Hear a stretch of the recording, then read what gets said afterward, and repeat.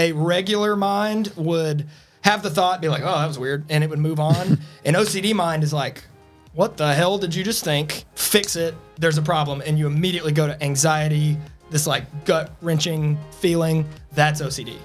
What's up, guys? I'm Austin. I'm Colin. And I'm Sean. Welcome to the Three Cheese Podcast.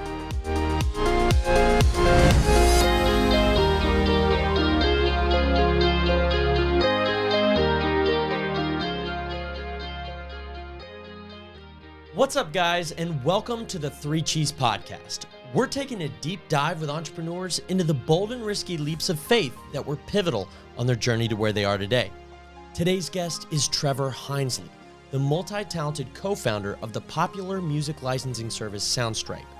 You'll hear about his early days working as a software developer while simultaneously touring as a musician, how they took Soundstripe from 3 guys in a bedroom to a workforce with over 70 employees, and how an OCD diagnosis changed his entire perspective on life. Please rate, review, and subscribe, and enjoy this episode of the Three Cheese Podcast.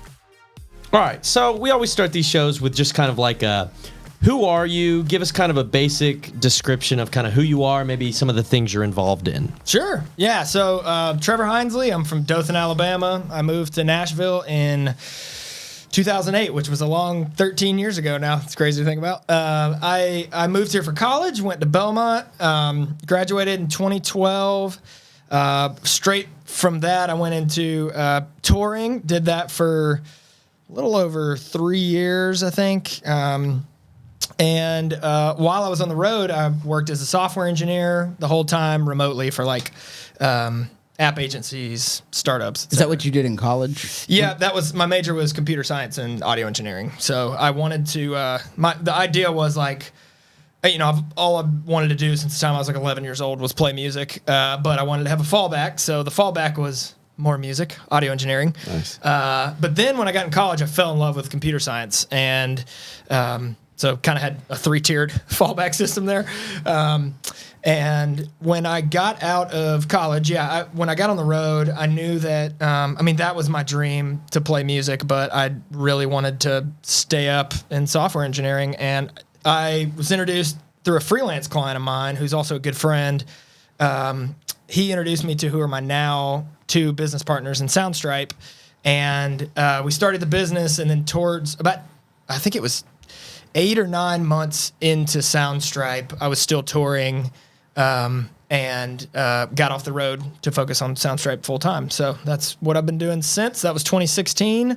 When you say touring, yeah, what do you mean exactly? Let's talk. I've gone and looked a little bit, so I was like, wow, okay, that's, you said that like in passing, but you were doing it, man. Like, the band was called Viridia. Yes, right. Viridia, Okay. yes. And they're still going. They are. Right. They are indeed. Okay. When did you stop? I left the band in like October of 2016, but my last show with them was in December of that year. Well, so give me the scope of that from the beginning. Go? Yeah. So, I was funny enough. I was in college and was like, as I remember, this is one of those things where like the older you get, the better your stories get. Right. Because like, you just keep exaggerating. It was this big. Exactly. So I have, exactly. I don't know. What I remember was that I was in, I think, my cap and gown doing graduation rehearsal when I got the call that I'd gotten in this band that was signing a record deal. So but you applied to it? What happened? Like, okay. So this is very serendipitous. I don't believe in coincidence. And there was like all these things that, were either coincidence or some higher thing. Higher power. So, yeah. So I was in college. I was in like a pretty much boy band. It was like Jonas Brothers, pastel colors and bow ties on stage. Yeah. I do remember that. What was that called again? Half-Priced Hearts. Half-Priced Hearts. Yeah. That is amazing. It was a lot of fun. It's a great name. It is a great name. I don't think any of us really knew what it meant, but it was, does Half-Priced Hearts still have music out there? Funny enough, we just put a compilation together and put it on Spotify. Yes. We were like, why don't we just put this out? If it takes off, will you join Half-Priced Hearts again? Actually 2 weeks ago, I had a reunion dinner with all those guys. That's amazing. That's awesome. Amazing. Sans one of us who moved, but yeah. We're going to have to find some of these songs. Yeah. All right, so make a note of that. So you were in Half-Priced Hearts, and how does this transition? Okay. Yeah, so I was doing that in college, and our drummer, who is actually the one who couldn't be at the rehearsal dinner because he moved. He left the band right before we were going on our first tour. So we decided we were going to hire a friend to play drums for this tour. We were touring with another band. They had already hired this guy, and we're like, hey, you want to play with us too? And so he was like, sure. So through that tour, I actually became really good friends with that guy that played drums for us. His name's Bryant Lowry, incredible musician. He was a Belmont guy too. When we got off the road from that tour a couple months later, we stayed in touch, became like gym buddies, because that guy is a Greek god. And so, we went to the gym together for a while. And he called me one day and said that he had gotten a call from a record label that they had a group of people that they were excited about that were putting a band together, but they needed to fill it out with a couple other members. And they had asked him if he wanted to audition for drums for this project. He said yes, and they said, also, we're looking for one more guitar player, if you know anybody. So he called me and was like, hey, I recommended you for this. I know you're still with Half Price Hearts, but would you be interested? And I loved what I was doing with Half Price Hearts, but something in my gut just told me, like, maybe it was the end of that project soon. Like, you could just kind of tell everybody's heads were in different places, and not creatively. It was just like everyone's stages of life were moving on, you know? Right. And I was a rock guy. I grew up in the metal scene. Like, I loved rock and metal and hardcore, and this band in particular was it was a girl-fronted rock band, sort of. This is a crazy story in itself, but basically the people who were in the band at the time that were filling it out with other members, they had like 200 something songs recorded. Whoa! Wow. In basically every genre under the sun, and they were trying to put the band together, but we still didn't have a band name, a genre, or anything. And the label, but the label believed in it. Yeah. Why did the label believe in it? It's one of those things where you walk into the room and you're like, that's the X Factor person in the room. Like that was that whole band. Cool. Yeah. And it was genuinely like an honor to play with them. And when I did the audition, I was like, there is no way I'm getting this. 'Cause like, it was, but I knew it was coming to an end, or it felt like it was. And so I was like really excited about this opportunity. So went and auditioned, got the call, I think in cap and gown, if I'm not exaggerating that, I think is what it was. Got the call that I was had gotten this spot, and so I was like, wow, as soon as I graduate, this is what I'm doing. Right. You know? That's the life right That there. had to be for like a Belmont so student. exhilarating. Man. Oh, it was, I couldn't, for months, I lost sleep over it because I was so excited, you know? And what I love about this is, Colin, you have a slightly similar story of kind of pursuing music, then realizing you kind of wanted to have a degree that translated. I love that. And then, but you didn't, but you didn't get the call from the band on your cap and gown. Dang it. but also, so many other people major in straight vocal or all these things, and they don't get the call for the band. So I just think it's interesting, that it's kind of it wasn't the necessarily you taking that degree that led you to this band. It was just kind of the relationship. But then that's also going, okay, I've got my backup now, but I'm going to leap off into this. Yeah. And I'm actually leaving a band that I was with and going towards this other thing. It's I think it's going to work. I got the spot in Viridia, which didn't have a name at the time, and I quit Half Price Hearts on our way to meet with Big Machine. So it was there was still hope left in that band. It was a gut thing, man. It was I knew even if that band signed to Big Machine that my heart was in this other project. So. At this point, are these sustaining businesses monetarily, or are these just dreams? Define sustaining monetarily. You don't have to work another job. Ramen noodles. Potentially. You can survive off ramen noodles and. Okay, well let's put it like this. So we actually had a good relationship with our label. It was not like a big bad label eating the world type thing. We had a great relationship with them. This is just sort of it's anecdotal, but it actually happened. One of the biggest shows, it was the biggest show I think we played, was at the Georgia Dome in Atlanta. There was 38,000 people there. Whoa. My paycheck was $50. Excuse me, I think I had a $20 per diem. So nice. $70. $70. So, wow. But meanwhile, I was making that in an hour doing software development, exactly. freelance stuff. So there was what is this disconnect? And again, it had nothing to do with the band or the label. That was just the sacrifices we were making to get where we wanted. We were playing these big shows, but that tour in particular was there were all these other expenses with it. I mean, it was like, even though you're on these huge stages and stuff, the cost itself, our margins at the time were nothing, you know? Yeah. I would not have been able to tour in Viridia had I not been doing software development at the same time. Oh, okay, you're doing software development. Yeah, the whole time I was on the road, I worked remotely as a software For who? engineer. One was a startup out of Nashville called Recruit Talk. It was kind of like a LinkedIn for high school athletes that were they'd like send a one-page profile to college coaches with highlights and stuff. So started with that. Also, shout out to Rob Humphreys, who was the CEO of that at the time. He gave me a shot when I got out of college. The label told us it was going to be about a year of development before we went on the road. I knew that going into this touring career, I still wanted to pursue what I got my degree in for the last 4 years, you know? And I loved software. I just kept getting more and more into it. So while we were home, at least for the first year, I thought I'd just try to get a traditional 9 to 5, you know, it's something that would be flexible enough where I could take off for studio or whatever as we were getting ready. So interviewed at a bunch of places, got not all the way to the offer stage, but like right before it with about 3 different companies. And I was transparent with all of them that like, hey, in a year or so, I may need to transition to remote because I'll be the biggest rock star you've ever known. Yeah. No, I just wanted someone to give me a chance to prove that like, even if I'm on the road, I'll have the same work ethic that I did at home. I just needed someone to believe in that. The thing was, this was 2013 and remote was not the norm. Right. So, That's interesting to think about. I don't think.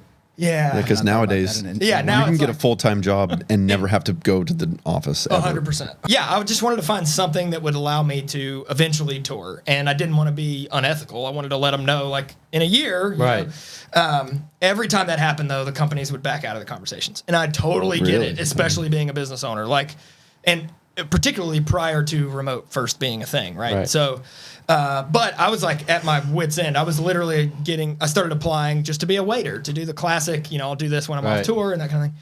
A guy who was a senior software engineer at my internship in college, he did an email intro with Rob Humphreys, the guy that was the CEO of Recruit Talk, that startup in Nashville. And I met with him, and first coffee meeting, he was like, I want to help you pursue both dreams. Let's do it. Dang. And that was literally changed my life. Like, I would not have been able to do what I did for 4 years. I wouldn't have met, like, I probably would have been a waiter, wouldn't have got the experience I did in software, which ultimately Soundstripe wouldn't have become. I mean, there's so many things. Well, I mean, you're a very interesting individual to me, kind of like, even besides looking at how an amazing of an opportunity that is, in essence of you're first a creative, you're a musician. Yeah. And then secondly, there's this more technical side of you that is kind of that opposite way of thinking, that I feel like you have this very like systematic way of thinking about things, and it's like there's structure to it, and it's like those two worlds compete so much through that. So the fact that you're like that, and then also get an opportunity to where you can allow both of those things to flourish, man, that's amazing. Well, and it was, I mean, I couldn't be more grateful for like the dominoes that fell where they were, because like, yes, I was working very hard. I was putting in time on all of these things. At one point I was doing basically 3 full-time jobs, but none of that would have even been possible without like opportunities that other people gave me, or chances or things, you know? Right. There's 2 things I want to point out though, that I just think you at least need to hear from somebody, or other people need to hear, is the fact that I see a lot of people that are like, I want to be this, I want to be that, I want to do all this creative stuff. You wanted that, but you also are like, I need to grind as well. Like, I'm signing up for both. If I'm going to pursue this dream, I'm also going to do what I need to do to make sure that has a better shot of being successful, or that I could do it for a longer period of time. Exactly. And then the second thing is, you didn't have to tell those interviewees that you would be leaving in a year, probably. Right. But you did. You chose to be ethical, and look what happened. I wonder if you had have gotten the first guy that you met with, you had not told him, and he goes, you got the job. You never would have met Rob, probably. Exactly. Right? Exactly. So It's interesting how those things... That is. I hadn't really thought of it that way, but I mean, yeah, karma. You know, like, hopefully maybe that was some of it. And maybe it was like, that was Rob giving me a chance. I don't want to pat myself on the back for that. And I think that like what I saw from him was him blending business and creativity, because he understood my passion for art, but he didn't let that he could have gotten any other software developer, he could have got somebody that was like going to be there. It's like, they're going to be here. Yes, absolutely. And I know that. Absolutely. And funny enough, at Soundstripe, my current company, there's a lot of our software engineers that came from music. Like, one of our software engineers was the bass player for Emery. Have you ever heard of them? Like, Yes. Okay. One, That's hilarious. yeah, we've had one. Actually, our VP of engineering is a punk rock drummer. Love that. And brilliant. That's awesome. When are you guys going to launch Soundstripe? The band. The band, we joked about doing like a talent show. No, at that one would be point. Should. You should so much fun. 100% do it. I mean, you guys do those Soundstripe like concert, yeah. You did that one event right before COVID. Like Yes. literally, what if you guys just should have went up there and performed? Sure. It'd have been like we.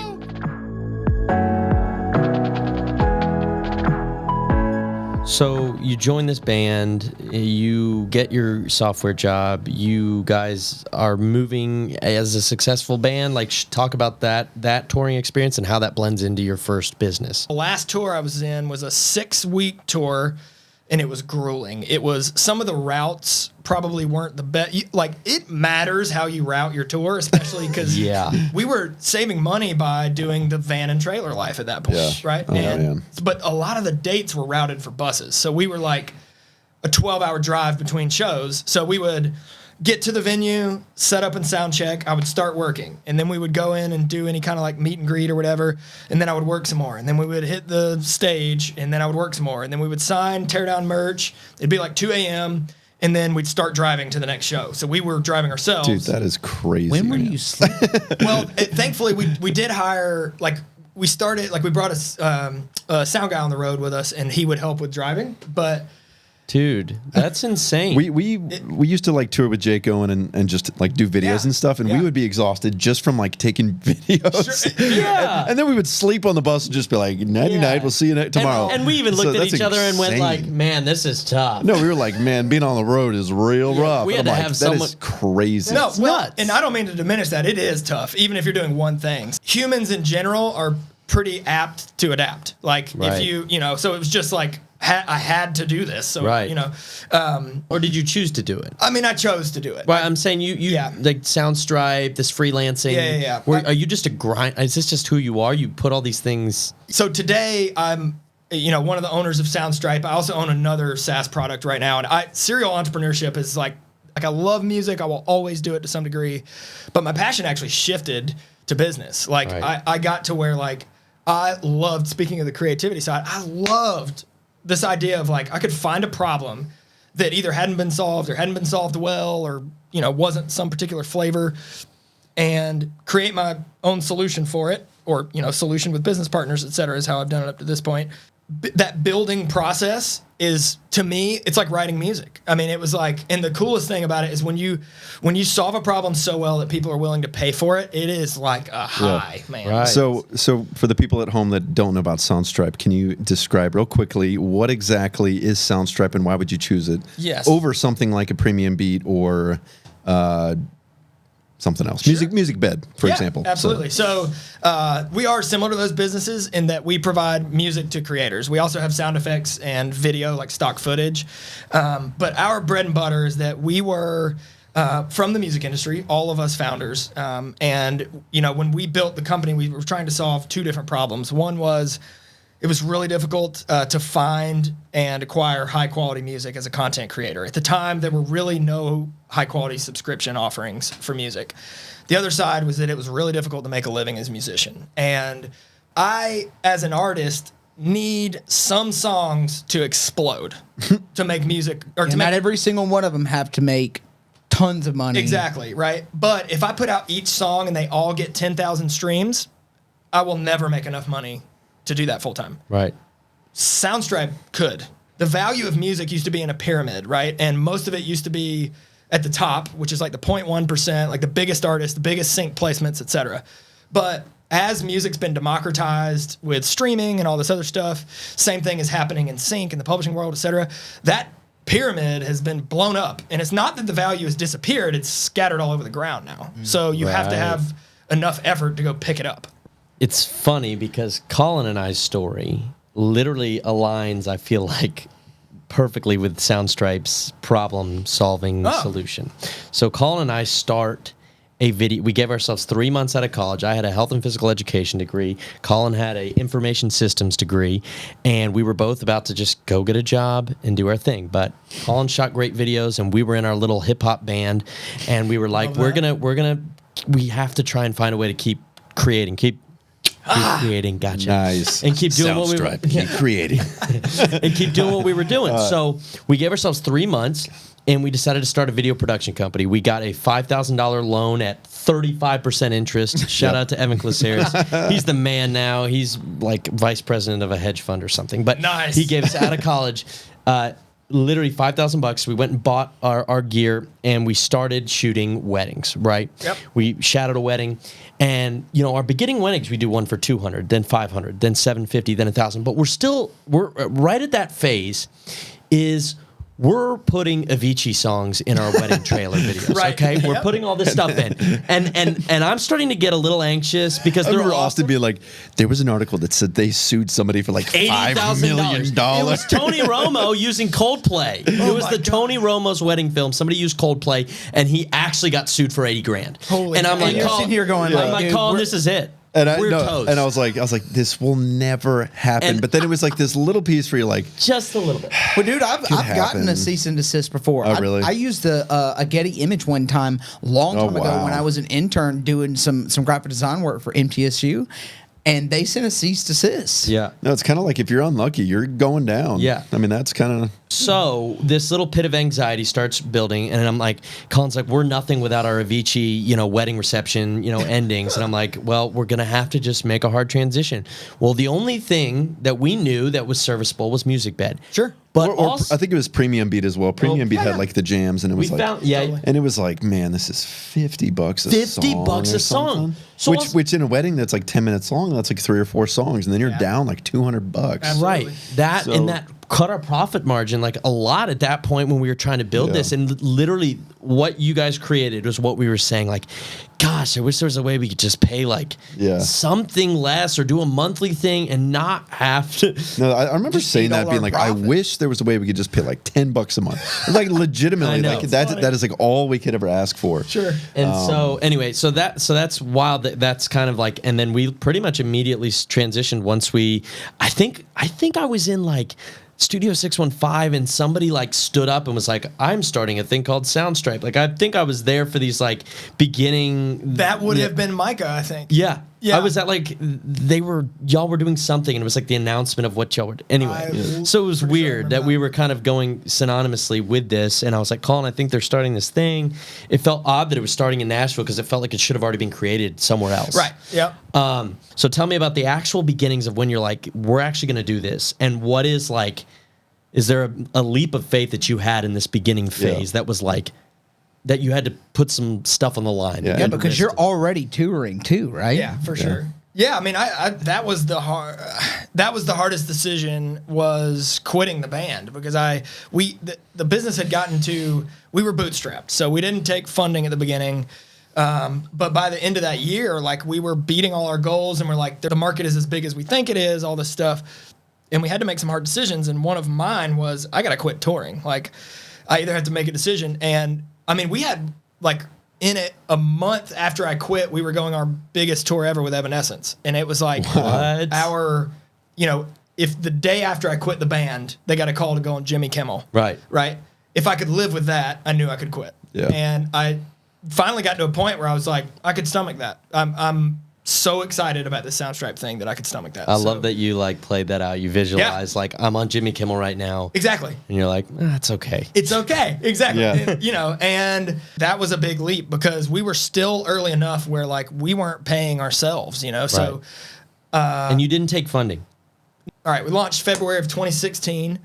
By the end of that year, we were doing like just over 6 figures. And then the next year we crossed 7 figures. And that was when we went out and got like our first capital, like a seed round. Are you developing this whole thing? Yeah. Until. By yourself? Yep. What? Middle of 2017. Kyle Dude, Reeves. Shout out and to him. the more subscribers you get, the more problems you get. Oh, 100%.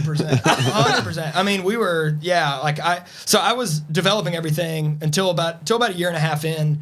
And then I think we had Yeah, it was just me and Kyle as the developers until we raised our first seed round in 2018. And how did you decide that you were going to do that? We didn't necessarily know if there was going to be a winner, like a winner take all type thing, but we knew that there would be like some major labels per se, Right. like of the stock music, this new wave of stock music. 'Cause Right. all the older dinosaur companies like Killer Tracks and APM Music and these libraries that have been around since the 90s, those were like the first wave, and then this new wave of music companies were doing things different because all of us were starting to like some of our competitors are getting into content ownership now. Like there was a lot of that happening, and we just knew that this market was heating up. It was growing with the creator economy that was like booming. Everybody's making videos now, Yep. and we had a hunch that like if we didn't raise money at the time, we were going to get left behind. But we didn't know if there was going to be a winner, but we knew that there would be winners, and we wanted to be one of them. Right. The crazy thing is in that industry, it's like you always have to be outperforming other people, like Yes. constantly. Like Innovating yeah. nonstop. Nonstop. Like in the technology space, it seems like it's got to be exhausting Like to you continually haven't be updated like, your dashboard. yeah, like like every tech company or app out there is always continually like, how are we always improving because somebody is always trying to take a step ahead of you. Absolutely. And there's always someone with more money, more connections, whatever. Right. So you've got to, there's this like leapfrog game that happens that everyone's doing. Like you get ahead on this one side, but then your competitor does the keep up with the Joneses and they just raised $100 million or whatever. Like there's always that happening. Yeah. So I want to talk about the leap of faith that you take. You're like, okay, the band's got to quit. We're starting to really make some traction with Soundstripe. And I actually want to shout out to Spencer Combs in this moment because to me, dude, you about to potentially be, touring with Evanescence. Like you're basically going like, I'm going to have to step down from this moment. And you like stomach that. And you're like, I'm going to step down. But, to Spencer Combs, he said, you got to step down and step up. Like you were like, you know what? I don't know if this is going to be it. Right. But I'm willing to step down for a second because I feel like this is my passion. And I'm going to put everything, I'm going to push all the chips in on this one. So that leap of faith happens. Like you continue to move forward. Like what happens? I was very calm. Like I knew that I had made the right decision. But like I said, the month I quit, I also lost the stability I had from my side retainer job because we weren't paying ourselves. And what was your mental state and how did you... Oh, that was the other thing. I got diagnosed with OCD that month. So I literally came to terms with the fact that I had a major mental issue that for 26 years of my life that I never knew about. Wow. I just thought that was how everyone was, how I thought was how everyone was. And I don't know if you're in familiar. 30 seconds, give me the OCD because I think, I've had experiences with people who've had it or been diagnosed with it, but what is... Yeah, it's... the thing is what I thought it was is not what it was. Right. So I actually wrote a blog about this, and if anyone is an overthinker, go read the blog. Nice. Because I had been one my whole life, and everybody overthinks to some degree. That's a human thing, right? Right. But like I'm an obsessive overthinker about everything, and it can be a superpower in some areas, like my work and things like that can benefit from it if it's channeled properly. But like relationships can suffer from it. There's so many areas, and what OCD is, obsessive compulsive disorder, is basically like if you've ever heard the term intrusive thoughts, they're like. Everyone has thoughts they don't want to have, or you're like, ooh, why did I think that? Or like, whatever. Where right? did that come from? Exactly. Yeah. Sure. And it could be anything, ethical, moral, religious, whatever, right? Your fight or flight is misappropriating threats. So as soon as you have a thought, instead of a regular mind would have the thought, be like, oh, that was weird, and it would move on. An OCD mind is like, what the hell did you just think? Fix it. There's a problem. And you immediately go to anxiety, this like gut-wrenching feeling. That's OCD. So what it is it's your fight or flight misappropriating thoughts as being actual threats. Interesting. Could I do that? Am I that type of person? It could be anything. It could be like when I was 9 years old, I think I was 9, the Columbine shootings happened. And I remember seeing like, there was news reports of it on TV, and they were talking about how video games create killers, right? Because these kids played Doom, right? And GTA. exactly. And my brother played Doom, so I'd watched him play it a couple times. I loved video games. I grew up on them. An intrusive thought, could I hurt someone? I play video games, right? And it wouldn't leave me. Like, as a 9-year-old, I remember obsessing about it for days, to the point where I remember my mom heard me crying in the shower and basically like came and got me out and gave me a hug, and she was awesome about it. I was like, what's going on? And I told her, and I wound up going to a therapist and, explained that I was having these thoughts and I didn't know why. And worked through it, but at the time I didn't know, and I don't think my therapist had enough of an idea of what was going on to know that it was OCD. Right. OCD thrives on gray areas. So if you have yes or no answers, there's nothing to obsess over, right? Like if there's a black or white answer, there's no middle ground. Right. But anything, that's why I said like religious, relationships, like what is love? How do you know you're in love, right? Religion, like if you're, say you're a Christian, like how do you know you're saved? Like those kind of things, that gray area, that's where OCD thrives, obsessing over like finding an answer when there is none. Okay. Like in a relationship, potentially, like what are they thinking about me? What did they think about that response? Did they take my text in a mad way? I wasn't mad. Yeah. They hate me. Oh, man. They hate me. Totally. Yeah. Okay. Yeah. Yes. And that for me, like, it was big. I had to come to terms with it, as you said, but it was also like, it was like a life-changing moment for me because I could put a name to, like, I remember tearing up. I was on tour, having intrusive thoughts, and like I was losing time. I was so stuck in my head. I remember wrapping cables on stage, and my drummer tapped me. I was like, "Hey, dude, are you all right?" And I like looked up, and I had been putting stuff away for 30 minutes and didn't remember any of it because I was just cycling over stuff in my head. Yeah. You're just like zombie mode. 100%. And I was in our van and just started Googling exact thoughts that I was having. Random stuff, right? And the first article that popped up was like psychologytoday.com, how OCD minds think. And I knew OCD as, and I don't mean this to make fun of it, this is just what I knew it as like buckling and unbuckling your seatbelt 50 times, right? Right. Or closing and opening a door 10 times before you can leave. It ticks, exactly. Right. So, or rituals might even be a better term. Like something you had to, like you couldn't go through the door until you'd done this, right? So, but when I read this article, it was, dude, bullet point after bullet point, exactly how I thought about 90% of the situations in my life, like the way that my brain processes. And I broke down. I just started crying in our van. I was like, holy shit. You're like, I could not believe that I had found this, like, it was almost like an answer, like, yes, like this isn't normal. Like what I thought was normal, and that I just thought everyone dealt with what I dealt with, and wow, life is hard because it was tough. That was freeing for me. As scary as it was like super freeing. Wow. You don't mind me asking, like, what do you do, especially like in a business world and just dealing with, as an entrepreneur, I think you probably have to deal with gray areas like all the time, you know? All the time. So like, what do you do, what on a practical basis to handle these kind of thoughts? OCD is tricky if you treat, and this gets kind of deep, but basically you can treat it, and that can be really successful, but your OCD can move to other subjects. So like, let's say it's focused on stuff in your relationship at the time. Your fight or flight misappropriations can actually switch to other triggers. So like, you fix those, and then all of a sudden you're obsessing about religion. You fix that, then you're obsessing about, right? It's like, okay, now time to dedicate this to another problem that I can't, Yes. So it's like a bug or a virus that's moving. It's your fight or flight is broken. That's what it is. What's cool about it is that they've learned a lot in the last 10 or 15 years about OCD. And just like with, the classic motivational speeches where they're like, stand in front of the mirror and say, I'm great. Right? Affirmations. Kind of thing. Yep.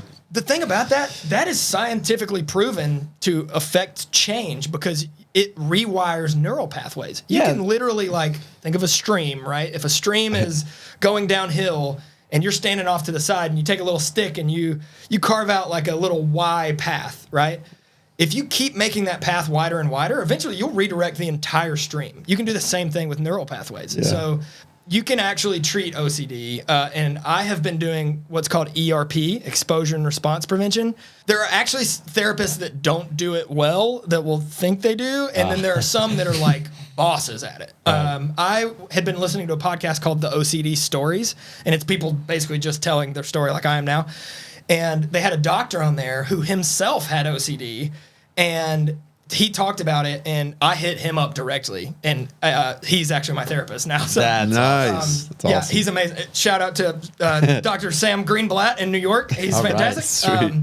And it has been life-changing for me. Is this the thing where there's like literally like the bells and stuff? That's EMDR, I Dang believe. it. Yeah. That's a great one, though. That's very useful for like PTSD and trauma, as I understand it. Well, I am like super fascinated with this whole like neural pathways being changed. And I mean, we listened to another leadership podcast, and the guy, you know, the premise of his thing is, you know, like you've got a pastor, like a pastor that you're walking through. Yep. And, you know, like if you continue to walk through and make a pathway, it's like, you know, the grass is gone and there's dirt on the ground. And, you know, if you continue to walk that way, it stays there. Well, if you stop walking on that path and go a new path, over time that grass grows back. And it's like, you know, I'm just so fascinated with the thought process of, you've thought this way for so long in your life, like coming to this realization moment going like, wait a minute, let me like reevaluate this whole thing and like put my mind and continuously take small steps to like changing that thought process.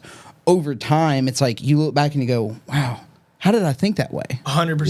Yeah. How did I think that way? What's crazy about it is that with OCD, the hard part is differentiating like guilt or shame from what's OCD. Because if you've been in an anxious situation, that is how your body that's fear. That's how your body fights threats, is with anxiety. So what else has anxiety? Guilt, shame, right? That's that like gut wrenching. It's real tough to find that delineation. So the crazy thing about it, and I've learned this from Sam, is that this isn't always how it goes, but a telltale sign that therapy isn't working for your OCD, if you have OCD, is if you've been doing treatment for years and haven't really seen an improvement. Because in a month and a half of sessions with Sam, I've seen more of an effect on my OCD thought patterns in the last 5 years. That's awesome. So he basically, his like conversations we've had is like, you can see real change in months, not years, if you do this right. And since we're going this deep, this strategy that he uses and you're doing is basically what do you do? So you build out what's called a hierarchy, and my very limited surface level understanding is that your hierarchy is just ranking the things that trigger your anxiety response. So like real situations that happened to me this week that made me churn or obsess or whatever. And then saying like on a scale from 1 to 10, how anxious were you? How bad was this? How hard was it to live with that uncertainty about whatever you were trying to reason about? Right. Build out that hierarchy, and then you start at the lower scale, like the 3s or the 4s or the 5s on that, and you talk about them. And then the exposure response is like sitting there, eyes closed, thinking about whatever it is, living in the anxiety, and then saying like, take the thing I said earlier, am I this kind of person? The exposure would be thinking about it and saying, maybe I am this kind of person. Maybe I'm not. Maybe I could hurt someone. Right. Maybe I couldn't. Right. Maybe, and learning to live with the uncertainty, because the reality is you can't be certain about anything. Right. I'm not even real convinced my right hand is here right now. Like we could be in a simulation, you know, like, but the problem is that instead of having, you know, whatever X thought is, like instead of having this thought and just letting it pass, it turns not a problem into a problem. What's fascinating to me is that you were already doing this when you were going through the decision, do I step down from, you know, this band and jump into Soundstripe? Like you put yourself in one of those moments where you had to go, okay, here. All right. Yep. All right. You put yourself in that uncertainty. So I find that fascinating that years later you begin to kind of like self-heal yourself in something where you kind of like naturally push yourself into it. So it's like that leap of faith of you stepping down to step up to move forward and go towards your passion. Like you were dealing with that uncertainty, and that's fascinating to me. That's super interesting. I hadn't even made that connection before. But yeah, because I can honestly say, talking to the uncertainty, Linkin Park's my favorite band of all time. If they had played with Linkin Park the next day, I probably would have been bummed. Yeah, so that's interesting. I got you. No, I've done like a little bit of work in terms of like it has to do with a lot of like you have 8 core feelings and you're like working on literally feeling all of your feelings. Okay, like you were talking about guilt and shame, right? Those are 2 of them. Anger, all these things, and it's fascinating. It's like the world got it so backwards naturally, like humans, like we have built a culture around denying our feelings, pushing them aside, and just pushing forward. And in order to live a truly fulfilled life, it's the complete opposite. So true. And we have to go to therapy to tell us that. It's like, it's so interesting because there's so much more life-giving things that happen when you're vulnerable, when you decide to feel it, when you share it in a community of safe people. It's just fascinating. And so, like, when I hear you talk about that extreme, like, very, like, powerful work that you've done, it's applicable in almost, it doesn't, OCD or not, it's applicable Everybody everywhere. needs to do it. Right. Yeah. And just sharing and accepting and like understanding yourself. I mean, 100%. Yeah. That actually, because everyone has anxiety. Everybody is broken. Everyone to some degree, right? Yeah, And we all need to talk. Yeah. 100%. And I remember one of the first sessions I had with Sam was like, how do I distinguish between what's OCD and what's normal anxiety? His immediate response was like, it doesn't really matter. Doesn't matter. Anxiety isn't like serving you anyway. Right. Its original like purpose in evolution was to protect you from a threat. Otherwise, you're just worrying about what might or might not happen. It doesn't actually serve and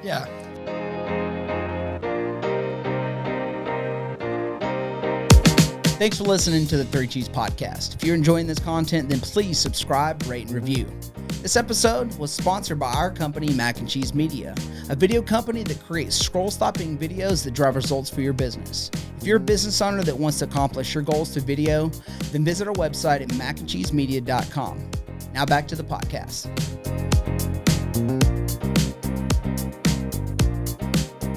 Okay, so you get diagnosed with OCD, and we went down that rabbit trail, but like we're talking about this time in your life that you're taking this leap of faith to start this business and all of this anxiety and everything. So specifically kind of the leap of faith, he asked, how did it turn out? Like you decide all of this and you get diagnosed and you ended your marital, like all these things. Yeah, there was a lot. So I had this festival show in Germany in December, and that was my last show I ever played.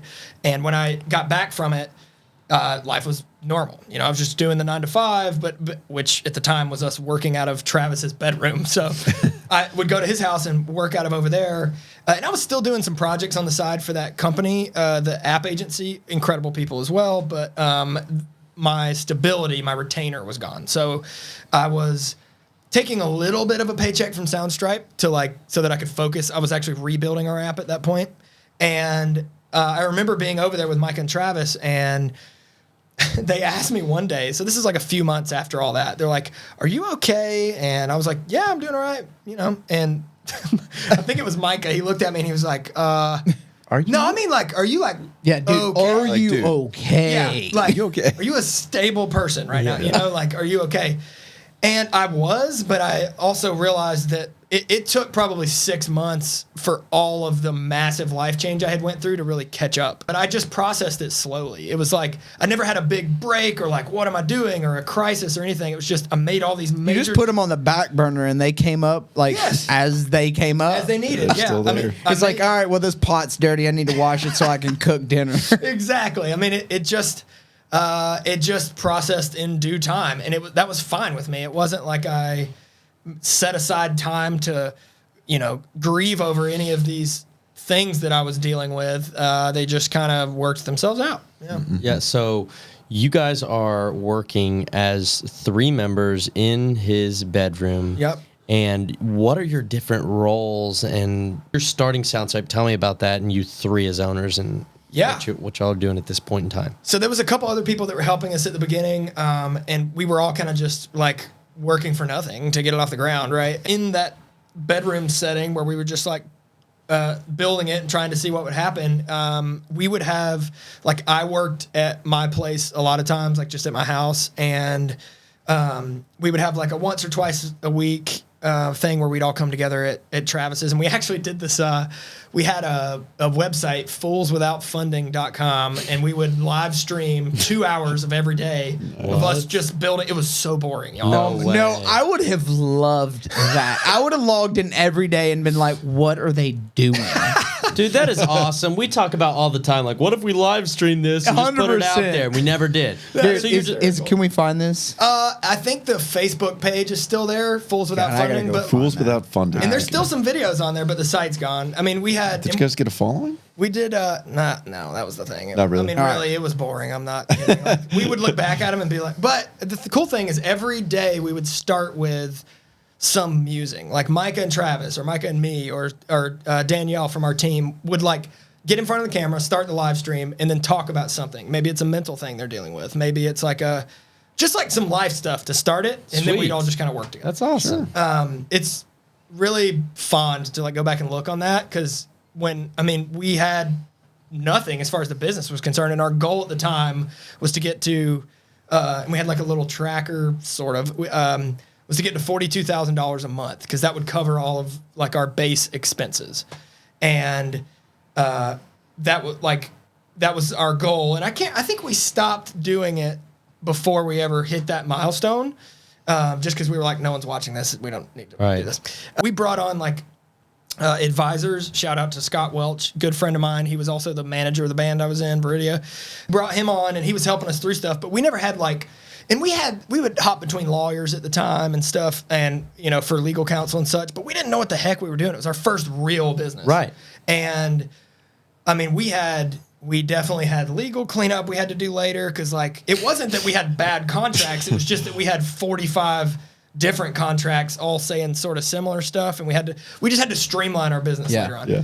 I think when me and Austin started, we didn't officially like register as a business for like 5 we're years. we're literally we're merging the business, and I'm going through all this stuff. This is classic. And it's like, I'm pretty sure that you're not even registered. I called the state to shut us down, and she's like, yeah, so you need to call and you need to tell me what license you had. And I called the license agent. She's like, I'm not seeing anything. We've been in business 5 years, and we never registered with like the state of Tennessee. Unbelievable. Ridiculous. I mean, look, that stuff happens. So all that to say, we didn't go through like the Entrepreneur Center or anything. Right. So we just hard knocks, learned the hard way, had, all sorts of things that we had to figure out on our own. And that was like fun doing it ourselves, but the aftermath where we had to clean up stuff was not fun later on. Were you guys 100% confident that this was going to work? At a certain point, yes, because all three of us were personally guaranteeing a $250,000 line of credit at one point. So like if it didn't work, yeah. Right. Wow. Yeah, I mean, we got to a point where we really believed in the business because it was growing like wildfire, and like, we had just kind of gotten to a point where like, yes, there was absolutely risk still. Yeah. But like it was the rocket ship that we were bound to attach ourselves to. So talking about the rocket ship, like let's move on to you scaling. So you kind of get this thing off the ground. Talk to me about the growth of the business and kind of what that looked like, and then leading into kind of maybe a big leap of faith you had to take during that scaling process. Before we ever had an employee, I remember Travis, bless his heart, he had written a 40-page deck that was basically a culture deck. And he presented it to me and Micah. We didn't have a paying customer. We didn't have employees. We're like, dude, we haven't even sold a product yet. Let's maybe focus on that. And he's like, I promise this will matter. This will matter. To this day, both me and Micah could not be more thankful he did that, because it was the foundation. Yeah, the moment somebody asked you for it and you don't have it and you rush to try to get it together, it's like, but the fact that he saw into the future and was like, okay, like this is important. Well, and then the moment hits and you're all like, absolutely. Oh my God. Well, and it wasn't just that either. It was that it put our mindset of like I was just so focused on like, let's get this thing out and sell it and blah, blah, blah. We all naturally were aligned in our core values, but putting that on paper was like, here is what this business stands for. And it set the trajectory for who we would hire, decisions we would make, ethics, like how we would handle ourselves in business situations, things and partners we would get involved with and that we wouldn't. And so we started having that early on. We were able to call on these 10 core values and use them for not only hiring decisions, but business decisions, et cetera. It was one of those things where like, the classic, like if you make your bed in the morning, it sets up your whole day. It was that. Yeah. It was the building block for everything else. And, we've been a top workplace in Tennessee for the last 3 years in a row. We survey all of our employees. You know what NPS score is? You ever heard of that? Net Promoter Score? Oh, yeah, If you've ever been to a site and it says, rate us 0 to 10 on how likely you'd recommend us to a friend, that's an NPS score. Okay. Yeah. So we do that with our employees to see like how happy they are at the job and stuff. And How often do y'all do that? every quarter. Wow. And that is, as we've seen like feedback from employees come in and things like that, knowing that culture was number one and was has actually helped us scale. Like it has been the cornerstone for again everything, raising money. When we went out to actually do capital, like we raised $500,000 in a seed round in February of 2018, and then we raised cumulatively about $6 million in 2019 from a couple venture capitalists. And when we were doing going to the scale part and the leap of faith, that was it. Because at that point, it was like we're getting into bed with institutional investment. That is big boy. Yeah, like it's another ball game, you know. Right. And we took taking other people's money very seriously. Right. Like we, as a fiduciary responsibility, as an ethics thing, as like we want to be good stewards of this, and also because we were putting responsibility on our business to use this money wisely, to grow it and to be effective with it. So, when the big leap of faith, I think was going to, we weren't just in a bedroom anymore. At the time, I think we had like 35 or 40 employees or something. And, today we're at like right around 80 full time. That's wow. awesome. That's 80 crazy, full time. man. That is wild. It is. I love it, and it's terrifying. Right. So, give me the scope of where Soundstripe is today. Yeah. Like what is going on in Soundstripe? Tell people who you are, what you guys are doing, and where you want to go. Yeah. So, we have expanded since we started. We were originally just music for creators, and that's still our bread and butter. We are musicians. Our music is second to none, and I stand by that. But we have added other offerings. We have our sound effects and stock footage. Our goal, though, and our focus is on the product itself, right? So it's not just, hey, here's this great catalog of music. Like, we're focusing heavily on the consumer experience, which is like when you land on the site, how fast are you finding what you need? Mm-hmm. And we go heavy on data into that. Like, we have like some machine learning, like artificial intelligence that's tailored to improving that. We have this whole internal system built around like trying to make sure that people get to the music they need as quickly as possible. And that has been our focus. We also like, part of that is we have extensions for Adobe Premiere Pro. We have an integration with Frame.io, which is a video collaboration software. We've got a Twitch extension. So we've really focused on trying to like, instead of bring creators to get used to our workflow, we're just trying to like bake into what they're doing. Like, hey, we'll come to where you're at. You know? Yeah, some of these people are like, I don't even really know I have a problem. And then you're just going, okay, like here's this, and they're going, oh, okay, that works perfectly. Exactly. And just the whole thing is trying to create a frictionless UX, right? Yeah. Which is everything from these extensions to how fast you find the music to how easy it is to license, like how like our licensing terms are super non-restrictive, everything about that. That's why, like, over 5 years, if you go to, like, just the music section of our site, it's not like it's this completely brand new experience from what it was 5 years ago.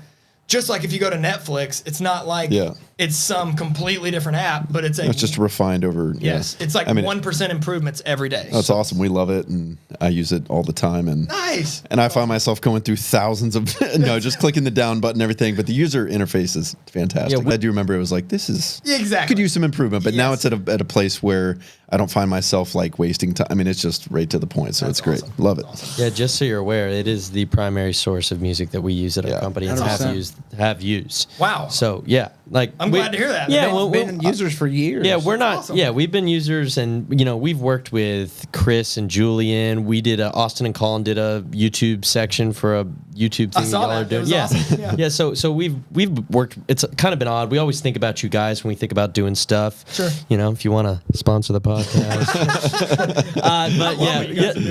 So we feel like we're closely aligned with what you do, and being local in Nashville just means a lot to us. So Same. I got a few more questions before we end here. Number one, what are the biggest wins? Like, what has it been on commercials? I feel like I hear something and I'm like, that Soundstripe, I think. Yes. Yeah. We, I think recently, I could be totally wrong here. So whoever's listening, please don't sue me if I am. I think we just had like Delta Airlines commercial. Ooh, that's a thing win. or something. And do they still pay $10 a month? I mean, we have, for bigger clients, we do have like enterprise solutions. Right. Which have a bunch of different things, but one of those are centered around like if I'm Delta or whoever else, and I'm going to go put a commercial out with music on it, I mean, you see it all the time. There's litigation in music all the time. So we provide assurances for those clients in a bunch of different ways, but contractually is one of them. And they're going to want that. They want the extra, but it's still probably a effective solution as opposed to some other options maybe. Absolutely. And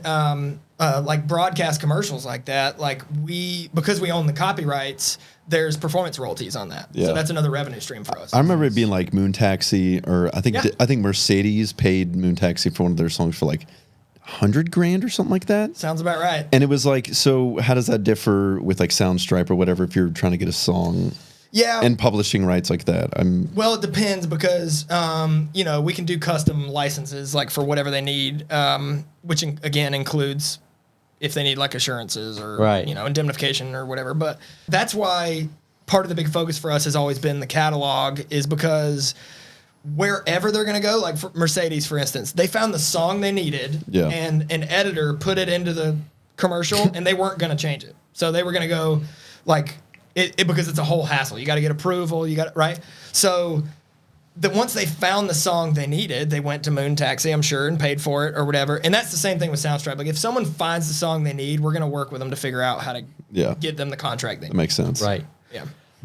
So what have been your proudest moments along this whole journey? A lot of them have been like the culture wins, like when we got like top workplace and stuff. Like the first year we got it, we were number 1 in the small business category for Tennessee. Awesome. That's so awesome. They had done like a page write-up, and they had interviewed our employees, and I wasn't even aware that they were going to do this write-up or whatever. Because they bring in a third party to do all the surveying. So, like, we're not involved in it. It's truly anonymous. And the things that some of our team had said in there about their experience and stuff, like, I teared up reading it. It was like, this is why we get up every day. I mean, there's definitely, like, pride there because I'm so proud of what we've built, right? But it's also, like, I can't think of a better way to enjoy this business we're building than to know it's actually making the people who are building its lives easier, better. Like they're enjoying what they're spending 8 hours a day doing. Isn't it funny how as you mature and grow in the business realm, you realize that the biggest wins and the best feelings ever are when somebody else wins. Then you help them get there. Gosh, so true, man. It's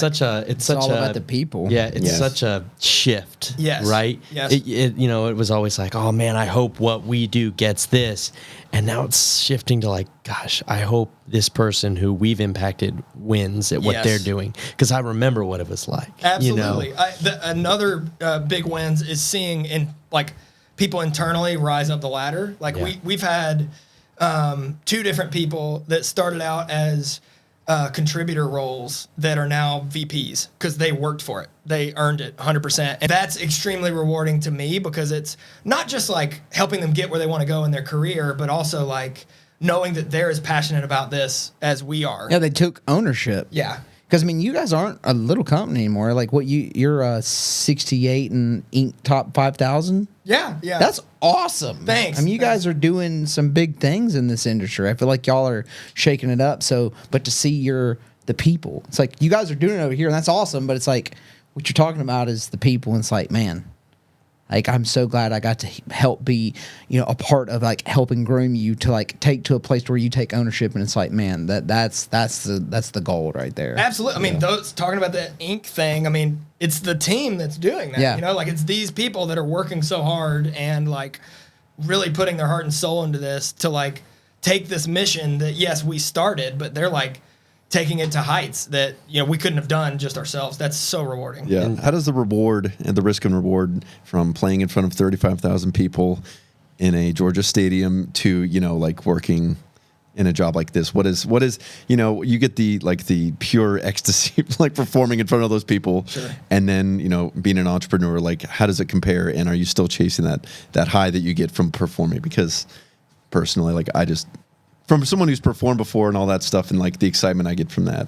Yeah, you can't replace it. It's hard to replace something Absolutely. like that. That's Absolutely. all I can say. The same high that I get performing, I can't get doing business because it's unique to that. Yeah. Vice versa. I can't like when I'm playing on stage and such, I can't get the same thing I do from helping someone in their career, right? It's almost that self-serve. It's like you're getting filled up versus you're filling other people up, which fills you up. Totally. And don't get me wrong, like, as the business hits milestones and stuff and gets like, there are definitely this, like there are dopamine hits for that kind of stuff, right? Mm-hmm. But it's just different. Like playing in front of people is performing, right? And then in business, it's operating. In the same way that like writing a song while creative is a different process than the creative process of building an app, I get from building an app what I don't get from music and vice versa. So it's not that they are mutually exclusive or better than the other. It's just that they're different flavors of the same thing. Gotcha. Yeah. Good answer. I've thought about this I before. like that. Yeah, that's awesome.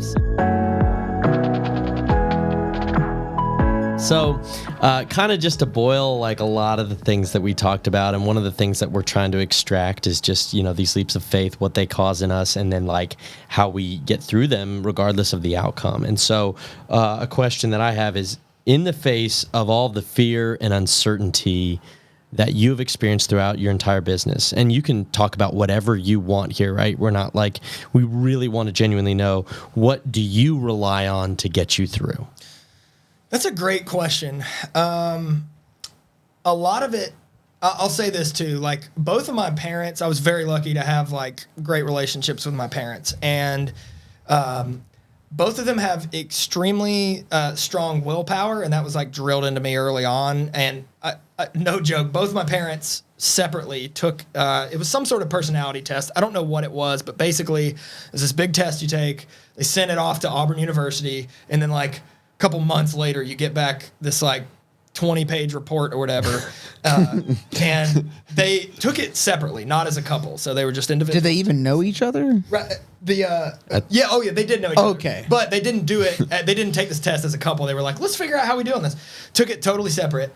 The only people that scored higher on the willpower scale for both of them were prisoners of war. What? Yeah. So when I found that out, I was like, that's what I was birthed from. Wow, so that's awesome. They truthfully. Wow, that is deep. Like, It is. hey, like multiple prisoners of war? Like, there's 3 people ahead of you, and they were all prisoners in war. And they were in a prison camp for 10 years. Yeah, it's exactly. like, oh my. I saw my dad get up every morning. He gets up at 2:30 every day. Goes to the gym for 2 hours. He's at the office by 5. Gets up at 2:30 p.m. or a.m.? A.m. Oh, okay. Yeah, exactly. He goes to the office. He's there by 5 a.m. Wow. He works till 5 to 7 p.m. every night, works 6 to 7 days a week.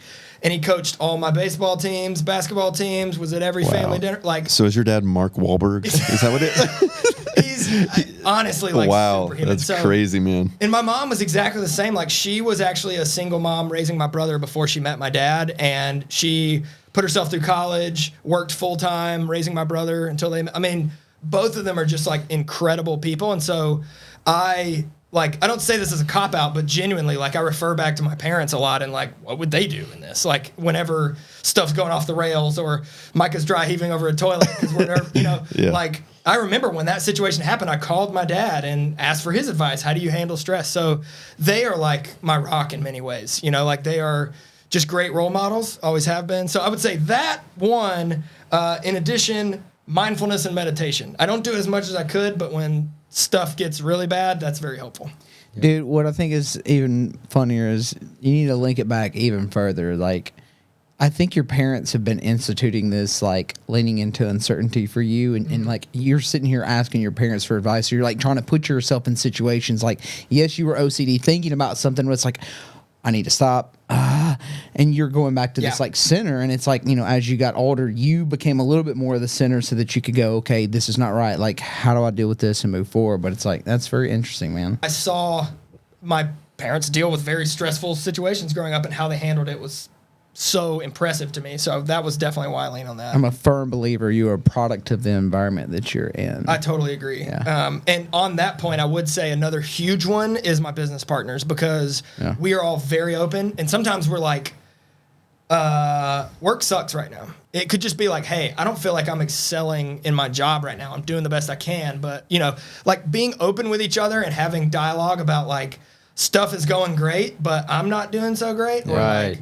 Or picking up slack for the other when one of us is down, like, that is huge, man. That is such an encouraging word for me to hear, because it's basically what we do. It's like, awesome. All the time. Things are moving forward, and it's like, dude, I am not feeling it today, bro. Right. Like, I just We ebb and flow like all the time. It's like, he's leading the ship today, or Colin's leading the ship today, Right. or we're all in it together, or like, man, let's just go. get ice cream. Let's go to Topgolf. Like, let's just break it up and change it. Like, because we're not being productive by forcing ourselves to be here. Yeah. So let's get our mindset changed. I remember one of our advisors saying that early on. We were like, I think maybe it was during our first fundraiser or something, but he's like, y'all just need to go see a movie during the day. Just get out for a minute. Yeah, enjoy yourself. Yeah. And I normally don't have a follow-up to this question, but since you answered it the way you did, I am fascinated by this. So you're bred into like this family of work ethic and all this stuff. But one of the things you also said you relied on is this like kind of mindfulness and meditation and kind of recentering, which is something I think we focus on. Sure. So where's the line between those two? Because there's kind of this idea of like, do I need to like kind of get this work, like, do I need to turn to the work ethic? Yeah. Or do I need to turn into this, like, let me go and get into nature and, for me personally, like, pray and, like, all these things. Like, do I need that? Or do I just need to get in there and get it done? Where is that line sometimes? It's hard to decipher. It absolutely is. I think that's different for everyone. But I do think self-awareness is important. Knowing, like, am I just being lazy right now? Like, do I need to just pull my britches up and do this? Right. Or is it actually, like, I need to show some grace to myself and like deal with this. Right. That's why I genuinely say that carefully, because I don't mean to diminish. I mean, we all go through real issues, you know, and so it's finding that line I think is tough, but I do think it's different. Self-awareness right there. It's like learning as much as you can about yourself as you possibly can, and knowing that that's not selfish, that's going to help you help others better. Yeah, Absolutely. you actually are a better person by going, you know what, I am not me today, and I need to go somewhere else because I'm going to be counterproductive for everybody else and myself. Exactly. I just think it's crazy, like, along this journey that we've had and all the three of us have had, is just like, being an entrepreneur, like, kind of fast forward your personal development to an extreme extent, almost to a point, in a good way, but it's also can be very daunting because we're constantly like in this, like, just we're always getting better and improving. And I think a lot of people in different lifestyles, not that there's anything wrong with it, but they are, are stagnant in the same lifestyle and don't. And maybe it might take them 10 years to improve on something, whereas we're doing it now. We don't have a choice. We don't have a choice. There's no choice. Like, we're not going to get along if we don't fix something. You know what I mean? Like, and it's like, and you have to do it. Yeah. Like, it's like, it's like, I checked the bank account. We have to figure this out. No, I mean, it's like do or die. Like, there's no comfort, but there's also the reward is like exponential. It's crazy. At the end of the day, it's like, even if the door's shut, and it's like, man, I get to do something awesome with three people that are building me up, that have my back, and regardless of whether it's this or whatever, we're going to have each other's back. And it seems like you've got, those types of people around you. And I'm so fascinated from the last three people that we have brought onto this podcast, and it seems to be a very consistent theme. It's about the people, man. The people that you surround yourself with. It's so important. It absolutely is. And I mean, truly, it's not just blowing smoke. I think what you guys have built is awesome, because you have this cool hybrid between, like, what I would think of even as like freelance video production and things, but you've basically built a brand and are continuing to do so around that off of the back of you three's dynamic. When I hear y'all talking about this, it reminds me so much of our dynamic in Soundstripe. So, like, one, I mirror you, I empathize heavily. And two, I love what you're doing. Like I said, I think that, thanks for having me on the podcast, but I think what you're doing is great. And I think having these conversations is like super powerful. Dude, absolutely. Well, first thing, multiple people said, they say you shouldn't join a business with your good friend, or like just like over and over, like that won't be successful. And it's like, okay, but I do believe in our ability to work through it. And like, we're still here at least. Yep. Yeah. Still here. Thank you for being on the podcast. And we all like to kind of go around and at least, give a word of like, what it meant to us. And another thing, I think about a lot of things. It's ironic that you just said that, and I appreciate you saying that about this, because we've been doing our own things and different things for a long time. But this podcast that we decided to do, forced ourselves into, ironically, no matter what we do monetarily or, in the business realm, this seems the most valuable thing that we've ever done. Even if it goes nowhere, it does. And it's like, what does that say about what you do in business, right? Because it's the first time we're really surrounding ourselves with people who we respect, who we think have like gone through things that we would like to learn from, right? And it also like I feel like it's reassuring some of the things. It's like, guys, I don't know what we're going to do. And it's like, it's like, no, there are other people that have these same things. And like the things that we struggled with, it's like, good, there's other people going through the same struggles. Yeah, because on the exterior, it's like Soundstripe has that a perfect, from the beginning, they have made no mistakes. Like, I mean, I had it last night. I walked up to the table and they're like, you guys are killing it. Yeah. And I'm sitting here going, perception's reality. Yeah. Right. But then at the same token, and Austin, I credit for this, is like, I took a step back and I go, no, we have done some really awesome things, man. Yes. It's important to celebrate. Regardless of what I'm thinking about right now in the future, like look back and go, all right, cool. Yeah. And I always like to do that with as many people as I can. So I'll start with you, like, dude, congrats, like on freaking. And here's what I thought was cool when you're talking. I'm going, you and you have business partners, and I get that, but you're the one here, so I'm going to talk about you.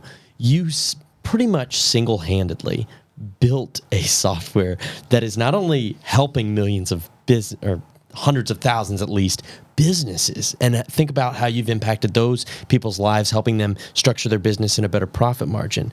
But you've built a software that is now employing 80 people that are so closely tight-knit, that most of them are local, and then created the good workspace, and think about how many more people those 80 employees and their families are able to impact because of the culture you've created and because of that 40-page culture sheet and because you've decided to keep this going and figure out how to take those risks. Man, you're impacting a big portion of Nashville through that, and you should be super proud of that. Thanks a lot, seriously. And it means a lot to me, and I think all of us that you're willing to open up about OCD and talk about all that. And like, it's like, you're a much more valuable person and business owner because you're willing to talk about that stuff than you ever are just seeing what Soundstripe does in the big scope of things. So thanks for coming on, and I appreciate it. I appreciate it, yeah.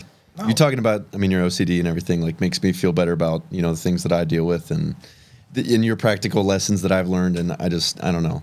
Nothing excites me more than, like, people opening up about that. Me too. In positions of great power and everything. Like, if you can be vulnerable and put yourself on the same level as somebody that, deals with the same thing, they're like, wow, like, I'm not alone with what I deal with. So, that stuff is extremely powerful. Thanks, man. I love it. And like you said, our struggles are not unique. Yeah. Yeah, we all go through it. And man, I've had a ton of struggles in life, man. And I think your story resonates with me in a lot of ways of, being a product of willpower. And work ethic and all that kind of stuff. I'm trying not to kind of get emotional. I wasn't a product of that environment, and I kind of just I turned very inwardly and got very bitter.